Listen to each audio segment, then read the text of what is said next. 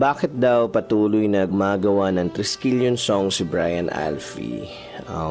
Kasi po, hindi pa tapos ang laban ng mga kapatid nating mga Triskelion.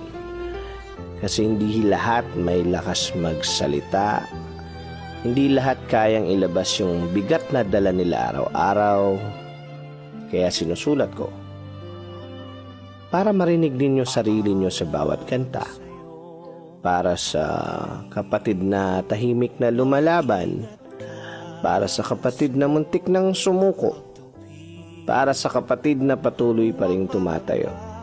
Habang may kwento kayo, may musika akong ilalaban para sa inyo.